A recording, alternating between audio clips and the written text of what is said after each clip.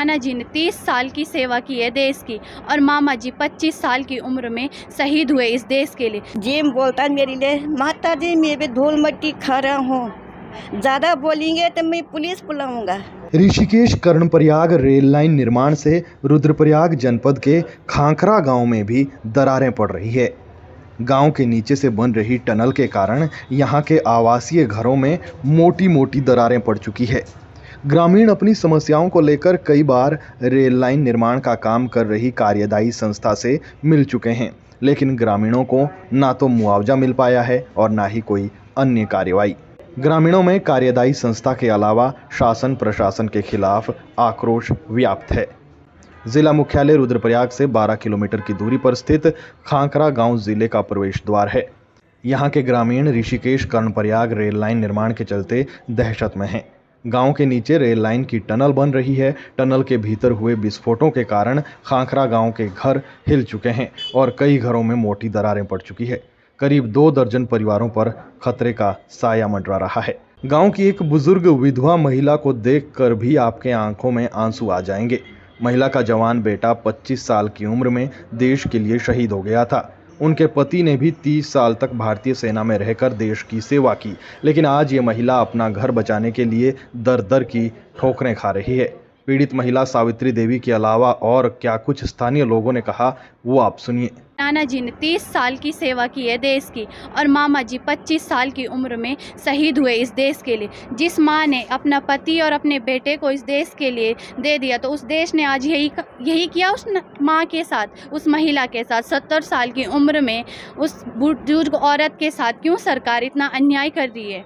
कहीं ना कहीं उत्तराखंड का विकास हो रहा है, पर कुछ लोगों के लिए ये विकास बहुत ही परेशानी की जड़ खड़ी कर रही है। हमारे घर पूरे हिल चुके हैं।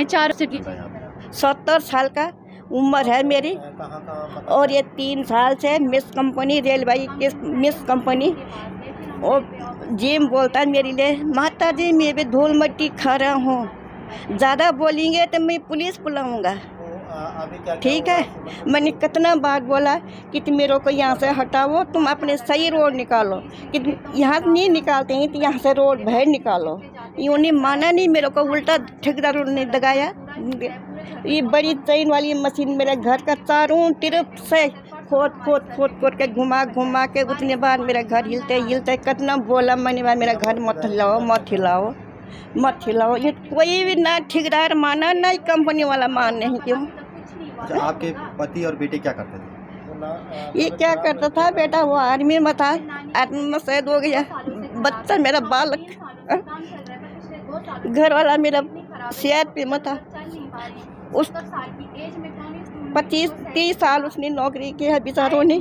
हमेशा मैंने ऐसा दुख में था, मैंने हमेशा दुख आया। बालक तो मेरा आज मैंने सरकार मेरा दिल में क्या बोलेगा, माँ हूँ ना मैं, और आज मेरे को फिर भी मेरा कोई नहीं सोच रहा। क्यों?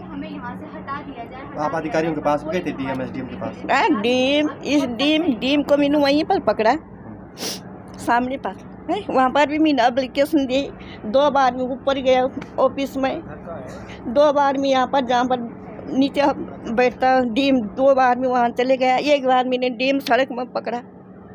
अब मैं क्या करूँगा, आप बताओ। बहुत ज़्यादा दिक्कत हो रही है हमको। अब क्या बताएं, हम कितनी बार हमने धरना प्रदर्शन किया, कुछ नहीं हो रहा, कुछ सुन ही नहीं रहे। हमारे कल ऐसा है कि ये तो अपने काम ख़त्म करके चले जाएंगे, 1-2 साल में जब भी जाएंगे इन्होंने जाना ही है, भगवान ने करे उसी बीच मतलब ये चले जाएंगे। अभी तो हमको बोलने का मौका है, तब हम किसके पास जाएंगे? ये कंपनी तो चली जाएगी अपना काम ख़त्म करके, कहाँ जाएंगे हम? ये तो सुनने के लिए तैयार नहीं है। जाना कहाँ है हमने? और हमारे मकान हमने कैसे करके अपने मकान बना रखे हैं? हम गरीब लोग हैं, अपने बच्चों को कैसे करके पाल रहे हैं, और फिर भी हमारे कोई नहीं सुनने वाला कोई नहीं है। न प्रशासन सुन रहा है, न वो ये रेलवे वाले सुन रहे हैं, कोई भी सुनने को तैयार नहीं है। से रेलवे का काम हुआ है तब से हर दिक्कतें हैं, लेकिन ग्रामीणों ने भी ये सोचा कि ये दिक्कतें हो रही, इनका समाधान होगा। इन्होंने भी आश्वासन दिया, लेकिन आज एक भी समस्या का समाधान नहीं हुआ। घर में दरारें पड़ चुकी हैं, घर जर्जर हालत में है। धूल प्रदूषण से बच्चे बीमार हो रहे हैं, वृद्ध लोग बीमार हो रहे हैं, लेकिन कहीं कोई सुविधा नहीं है।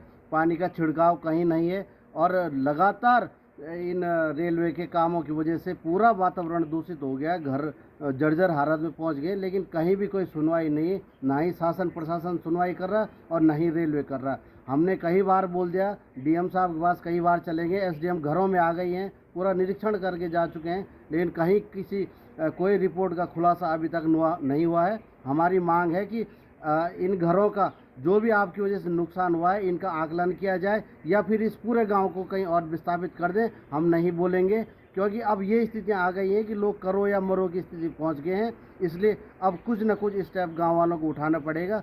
जब मरना ऐसे भी है वैसे भी है, तो कुछ करके मरेंगे तो इससे बेहतर यही रहेगा। हमें बहुत दिक्कत आई रेलवे इससे काम से, और हमें घरों में बहुत ही दरारें आ रखी हैं और हमें बहुत ही परेशानी हो रही है कि हम अब घरों में कैसे रहेंगे। न ही हमारी सुनवाई कर रहे हैं कुछ, न ही हमारे कुछ वो न ही हमारा भुगतान कुछ कर रहे हैं। ये हम लोग परेशान हो गए, इस प्रदूषण से भी हम परेशान हो गए। हमारे गाय बच्चे भी बहुत बीमार हो रहे हैं इस प्रदूषण से, और हम भी परेशान। अब हम धरना पे बैठेंगे अपने बच्चों को लेके और अपने गाय बच्चों को लेके। कई बार बैठ भी चुके हैं, अब लास्ट यही है कि अपने बच्चों को लेकर हम धरना पे चले जाएंगे। जब तक हमारी मांगे पूरी नहीं हुई तब तक हम वहीं धरना पे बैठे रहेंगे। बस हमें यही मांग है सरकार से।